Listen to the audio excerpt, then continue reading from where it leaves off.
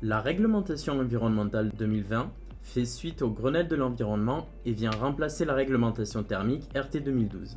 Dès le 1er janvier 2022, la RE 2020 est applicable à tous les projets de maisons individuelles, maisons en bande et logements collectifs. À partir du 1er juillet 2022, en marché privé, les bureaux seront concernés et en marché public uniquement les établissements d'enseignement primaire et secondaire. Pour tous ces autres types de bâtiments, la RT 2012 est encore appliquée. En janvier 2024, janvier 2027 et janvier 2030, la réglementation est renforcée au niveau des impacts carbone, afin de privilégier les matériaux biosourcés. Comme pour les anciennes réglementations thermiques, la RE 2020 est un équilibre entre la thermique et le carbone. Pour vous le représenter simplement, on considère sur une balance d'un côté ce qui a du poids dans votre projet, c'est-à-dire le B-Bio et le confort d'été, ou DH, et de l'autre côté les consommations, CEP et CEPNR, et les impacts carbone, ICE et ICC. C'est cet équilibre que votre ingénieur EvoGreen vous aide à obtenir par son accompagnement et ses conseils. Voici les 6 critères qui vous permettent de valider que votre projet respecte bien la RE 2020. En premier, l'étude thermique qui comprend le B-Bio, qui est l'attestation à remettre à la mairie lors du dépôt de votre permis de construire. C'est un calcul qui porte sur l'enveloppe de votre projet, c'est-à-dire son orientation, sa structure, ses isolants. Pour plus de détails, allez voir notre Evotuto numéro 7. Le CEP, les consommations d'énergie primaire, qui regroupe le chauffage, climatisation, le ballon d'eau chaude, la ventilation, l'éclairage et tout autre type de consommation auxiliaire. Le cumul de ces consommations ne doit pas dépasser le niveau fixé par la RE 2020.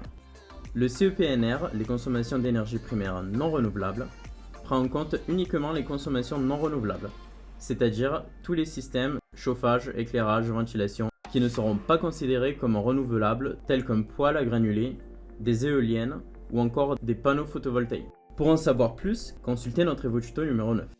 Le DH, les degrés hors d'inconfort, appelé aussi le confort d'été, prend en compte les types d'isolants que vous allez employer, l'orientation, les positions des menuiseries, le type de protection solaire, mais aussi le refroidissement qui est intégré automatiquement dans tous les projets RE 2020. On ne bloque plus en chaud un projet. L'objectif, c'est que les températures maximales se situent, selon les régions, entre 26 et 28 degrés pendant la journée et 26 degrés la nuit.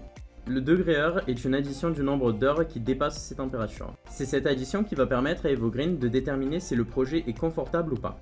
Découvrez sur l'Evotuto numéro 6 l'intégralité du critère DH et nos 10 solutions pour le valider sans climatisation.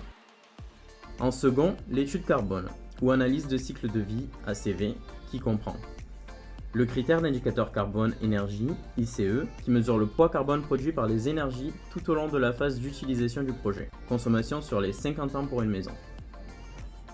Le critère d'indicateur carbone construction, ICC, qui mesure le poids carbone de tous les éléments constituant votre projet, structure, isolation, système de chauffage, ventilation eau chaude. 13 lots sont concernés par ces indicateurs carbone. Pour chacun d'entre eux, et afin de valider ces critères, il nous faudra à chaque fois connaître la marque et le modèle des produits qui composent votre future construction. Pour connaître précisément quels sont ces lots et comment fonctionne l'ACV, allez voir l'Evotuto numéro 4. À la fin de votre chantier, la conformité sera la dernière étape afin de valider la RE 2020. 4 étapes seront nécessaires. Le test d'étanchéité à l'air, qui valide le niveau d'étanchéité de votre projet. Le test des réseaux de ventilation VMC, qui valide que les gaines VMC sont bien installées.